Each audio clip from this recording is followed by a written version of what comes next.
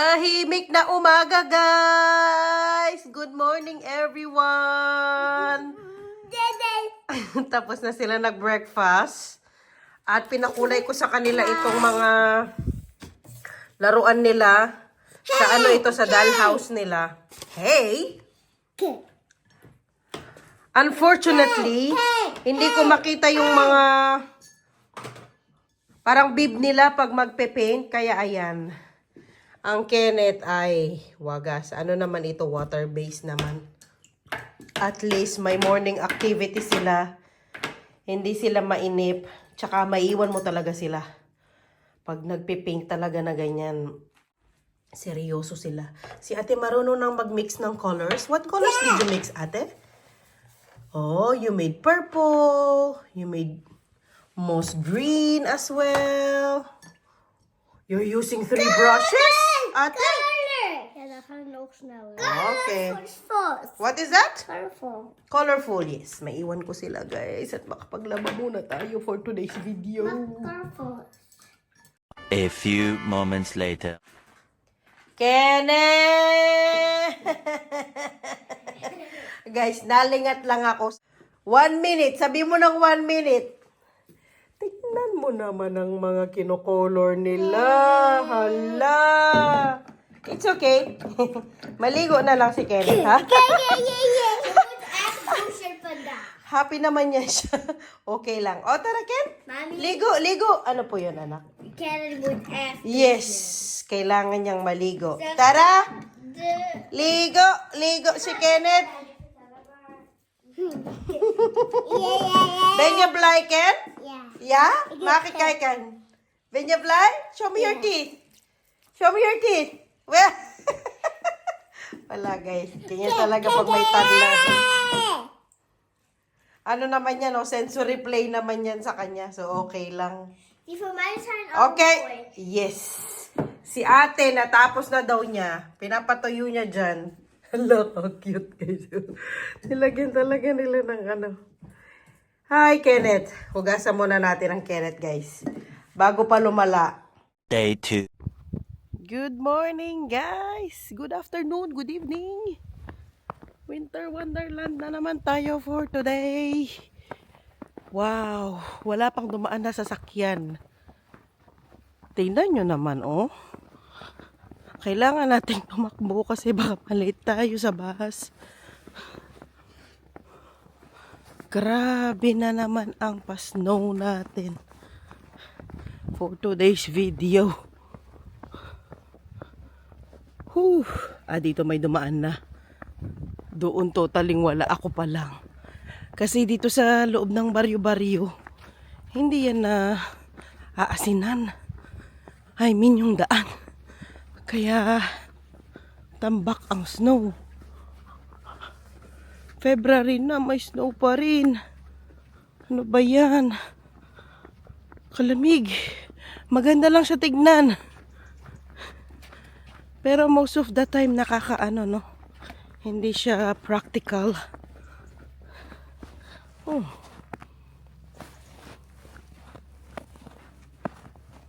Ganyan ang tunog niya. Oh. Pag-apakan mo siya maingay. Wala. Lubog na naman tayo sa snow. Ngayong week. Buti na lang nabilhan ko na ang Zoe at Kenneth ng gloves nila. Makalaro sila sa snow kasi meron naman silang snow boots, jacket na pang snow, tsaka yung boots nila shawl. Today ay February 16, 7:28 na ng umaga.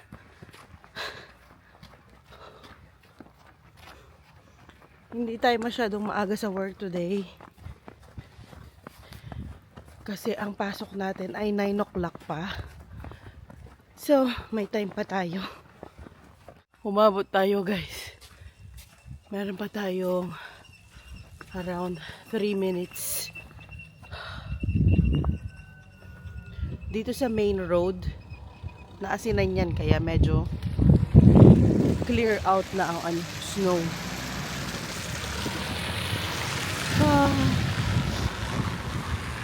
Ang ganda ng combination talaga lagi ng pine tree, basta pine, tapos snow. Ganda, no? Ako nagagandahan talaga ako dyan. Oh, basta pine, ang ganda talaga. Wow. Lamig. Ang halo-halo. Ganon kapino, pang halo-halo.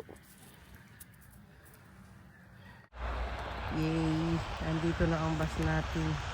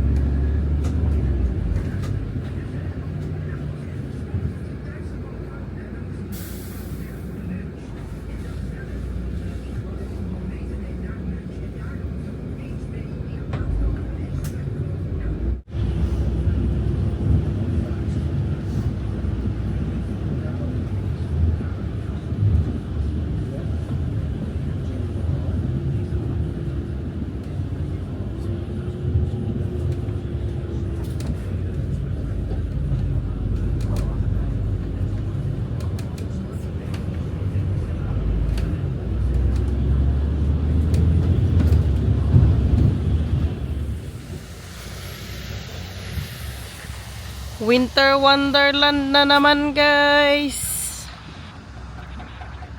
Nakakatakot din magbike. Kasi madulas yan, for sure. Ay, lakad muna tayo. Ayun ang ating work. Nasa work na tayo, guys. Hala. Natumba siya. Kaganda pa man din niya. Ano ko to anuhan? Anuhan ko sa wall. Ang bango. Bumaba ako kasi kukunin ko yung mga cups namin. Kaya naka-on naman siya. Ang hugasan ng plato. Ang ganda sa labas, guys. Puting-puti. Naglalaro na yung mga bata. Recess ng mga bata na. Sa kabilang school. Lagi kami may ganito sa table sa kantin. Kuha ka lang. May pomelo, may minsan apples, minsan orange. Paano ba yan? Anuhan ko to? Hintayin ko muna. Ang ganda, sayang, Nasayangan ako. Ang bango pa man din nito. Ganda. Tapos na work natin, guys. Pasundo ako kay daddy. Kasi may meeting tayo. Hindi ko napansin. Today pala yon. Akala ko bukas pa. Hindi ako pasundo kay daddy. Malilate ako. Kasi kunin ng mga bata ng 6. Malilate talaga ako. Umabot tayo. Wala nang snow. Konti na lang yan na. Snow. Nagmelt na. Thank God. Hindi masyado nagstay. Pagpag mo. Igano mo. Shake it, shake it, shake it, please. Shake it, please. Yes, good job. Let's go. Sakto natin nasundo ang mga bata. On time.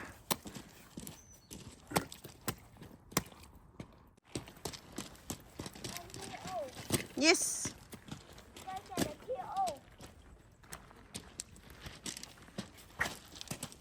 Kasi pag hindi mo sila nasundo on time, kahit ano lang, yung lampas lang ng 1 minute, i-charge ka na nila. Hindi pa man din ganun kamura ang daycare dito. Nagbulsa na naman ng bato itong binata. Ano yung binulsa?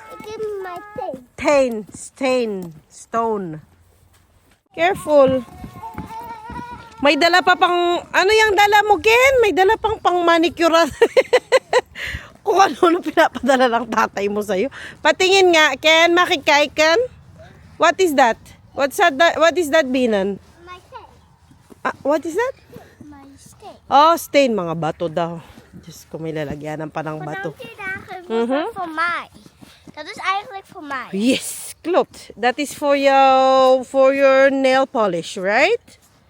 En voor mijn make-up. Yes, galing yun kay Tante Lily. Als Kenneth gaan dat pakken. Mhm. En dan maak ik ze kapot. Hindi naman, huwag ka mag-alala. Kenneth! Wachten! Butterfly! Guys, ito ang laman ng bag ni Zoe. Oh, wala siyang notebook or anything. Grade 1 na siya, ha? Ito lang ang laman ng bag niya. Yung gloves niya, kasi nga, ano ngayon, nag-snow kanina actually. Nung nabili natin last time. Yung baon niya, uy, di na ubos, may konti pa. Tubig. Ubos. Oh, may isyarak, Zoe. May nag-birthday. Pag may ganito sila sa bag, may nag-birthday. Yung saging anak hindi kinain. Hindi kinain yung saging. Ik dacht als ik heb het al opgeeten toen ik was klaar met de wc. Okay. Do you have fruit sa school today? Okay. May fruit daw sila sa school. Usually kasi Monday to Wednesday, meron silang libreng fruit sa school. Diba sa atin nung kapanahunan ay may libreng, ano yun yung tinapay? Buns ba yan? Basta may sila prutas. Tapos damit, wala na oh. Wala na. Yun lang yung laman niya. Kaya magaan lang yung bag niya. Hindi, although malaki siya, hindi hindi mabigat. Meron pa siya doon. Hindi ko alam bakit may dala siyang tape. Yun lang. Ang kanyang, ano yun anak? Tapos may lip gloss siya dito. Kasi nga, lagi nagdadry yung lips niya. May lip gloss yan sa bulsa niya. Tapos may lip gloss sa jacket. Tapos may lip gloss pa siya sa bag. Para hindi niya nakakalimutan. Yes, anak. Kamusta ang Kenneth? Hoe gaat het met Kenneth? Goed? Niet waar mijn goot. Ja, deze doet niet meer pijn. Taas, itaas. Itaas yung kamay. Ay, very good na. Hindi na masakit daw, guys. Okay na siya.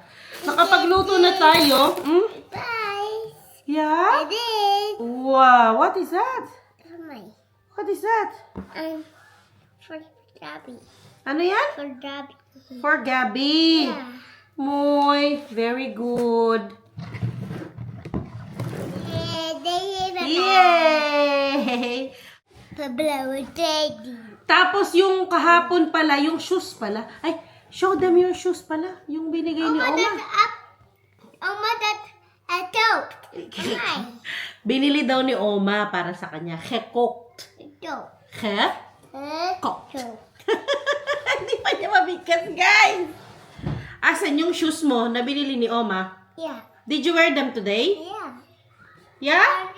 Or Larsa today? Nay, Larsa today kasi nag-snow, di ba?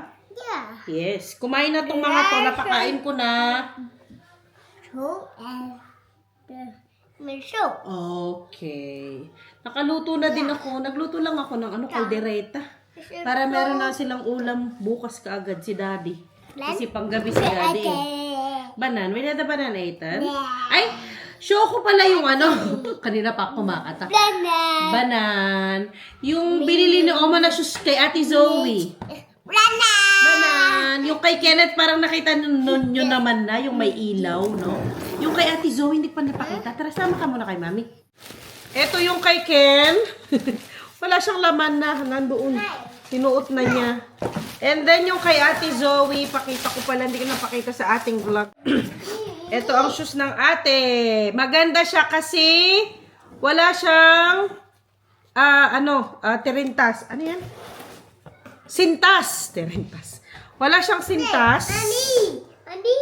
Ayan ang mabili ni Oma. Taas ang hindi siya madulas sa sa baba. Gusto daw niya makita. Ano gusto makita dyan? Oh. Wala naman nagba-vlog si Mami. Suot niya ito sa school. My shoes. kapag natunaw na ang snow, kasi ano sila, no, very active sila sa school. Ano yun, nahanap mo? Nandoon sa kang yung shoes mo. My shoes. Yes, they are in the kang. In the kang. Kaya kailangan talaga pag papunta sa school sila ate, naka-rubber shoes talaga. Kasi takbuhan sila, 2 times sila lumalabas. By the kang, there, Ashley here, oh, by the kang. Ate, can you well Kenneth help on? Shoes of hala, there in the kang. Come on. Nay, sige na. Ano yun, akala ko ba kukunin mo yung shoes? Is water butter. How? May monster daw sa ka. Walang monster doon. Huwag kang mag-alala. Walang monster. O, dito na lang kay mami. May chisika pala ako sa inyo. Yung kapitbahay ko, dyan. Actually, my helper. Oh, yeah, well.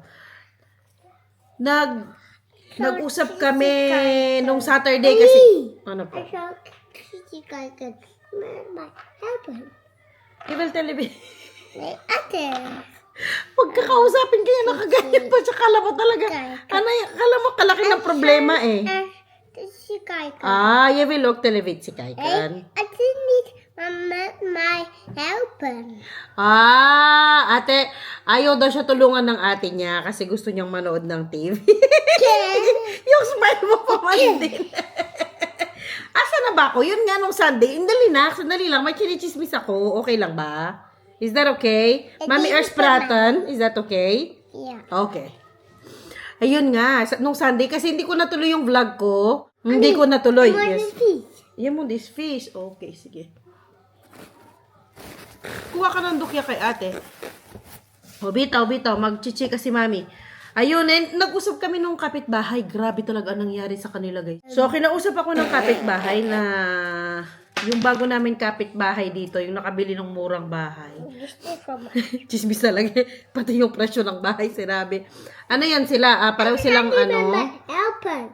African. May anak na silang isa. Kaibigan yun nito. Ken, is Nigel yung best friend din? Nova and Rika. Okay, sige. Hindi daw niya best friend. Warom. No. Ayun, Nigel ang pangalan ng bata. Ano nito ka edad ni Kenneth? Okay. Okay. Silang dalawang mag-asawa, ayaw na nila magkaanak. Three. Yeah, clock. Ang hirap no? Ang hirap makipag-maritage kapag may toddler ka. Okay. Okay po. Okay po. Ayaw na nila magkaanak. 3 years old na rin yung anak nila ngayon. So, ang ginawa nila, hindi sila yung babae pala. Nagpalagay ng IUD. Yung tawag nila dito, spiral. Last year pa ito nangyari. After few months, nabuntis ang babae. Ngayon, balik sila sa yung naglagay ng spiral, yung naglagay ng IUD. Yung naglagay ng IUD, yung dito rin sa aming baryo na health center. Yung doktor din doon. Eh di nandyan na sila. Nandyan yung babae, nandyan yung asawa niya, tapos nandyan yung doktor. Sinabing ganun ng lalaki sa doktor. Buntis ang asawa ko. Di ba pinalagyan namin siya ng IUD sa'yo? Sabi ng doktor, yes! Chinek ko pa, sabi niya ganun nandoon. Kasi ako naglagay. Hindi ako maniniwala na nabuntis ang asawa mo. Kasi nga, nilagyan ko siya ng IUD. Yung ganyan. And then, chinek, ayun. Buntis talaga ang babae. Tapos, sabing gano'n ng asawa. Pakicheck mo nga ulit. Kung nabuntis ang asawa ko, nasa na yung spiral? Yung IUD, yung parang tina ganyan. Nasaan? Chinek niya. Sabi, nandyan. Na-feel ko, nandyan yung IUD. Kaya posibleng buntis nga siya. E di wala silang napala. Bumalik na sila sa bahay. Ngayon, pumunta sila sa specialista. Sabing ganon, sa specialista. Ay, okay? Ay, okay. Pakitignan nga kung may IUD. Yung ganon nga, yung nangyari na pinalagyan ng IUD kasi ayaw na nila magkaanak. Tinignan ngayon ng specialista sa kabilang ito o probinsya. Nagpaano sila doon, di ko alam paano sila nakakuha ng schedule. Pinatignan. Kasi nga nangangamba yung mag-asawa. Baka nasaan na yung IUD, baka sumuksok sa mattress or nasaan na, lumubog or nilunok ng mata. Hindi ko alam. Basta ganun ang ano nila, concern nila. Kasi wala silang napala dito sa doktor nga dito sa baryo. And then sabi ng specialista, ginawa ko na lahat, chinek ko na lahat, pero wala akong makitang IUD sa asawa mo. Sabing ganun. It's either tinanggal nyo, or nagsisinungaling yung ano ninyo, doktor ninyo. Grabe no. Pinag-uusapan namin ni Daddy kahapon kasi balak din namin Pakit itong katabi ko. Balak din namin contraceptive nga. Tapos sabi ko kay Daddy, naku, wag na lang. Sabi ko doon sa mag-asawa, alam nyo, pwede nyo kasuhan yan kasi expected nila na hindi na mabuntis yung babae. Kaya nga sila nagpalagay ng IUD kasi nga ayaw na talaga nila magkaanak. Tapos ngayon bigla buntis. Ngayon parang 5 months na siyang buntis. Imagine, napakalaking problema ang dinulot ng doktor na yan. Sabi ko kay Daddy, naku, wag na talaga tayong paano sa kanya, magano na lang tayo sa iba. Hindi ko lang alam ngayon kung ano na ang nangyari. Next week, baka pumunta sila ulit dito magkape. I-chika ko ulit sa inyo kung ano na ang ginawa nilang legal matter, kung meron man or wala. Nakakatakot na talaga magtiwala sa mga doktor. Imaginein mo, sinabi niya na, oo, nandyan, nakita ko, pero wala naman pala. My God. Laki ng problema nila ngayon. Although, of course, yung mga baby, talagang blessings naman lahat yan. Pero still, di ba? Ayaw na nila, choice nila yon tapos bigla. Nakakatakot. Anyways, ayan ang chismis natin for today, guys. I-end ko na ang ating vlog kasi ipapanik ko na tong mga bata. Thank you all so much for watching. Bye! Magbababay daw ang Kenneth. Wait lang. Ano ikaw? Bye, guys! Hi, guys. Please don't forget to Okay. subscribe, like, share, Here and and subscribe. bye. Bye, guys. Hey, guys. Aswaya. Bye-bye. Bye-bye.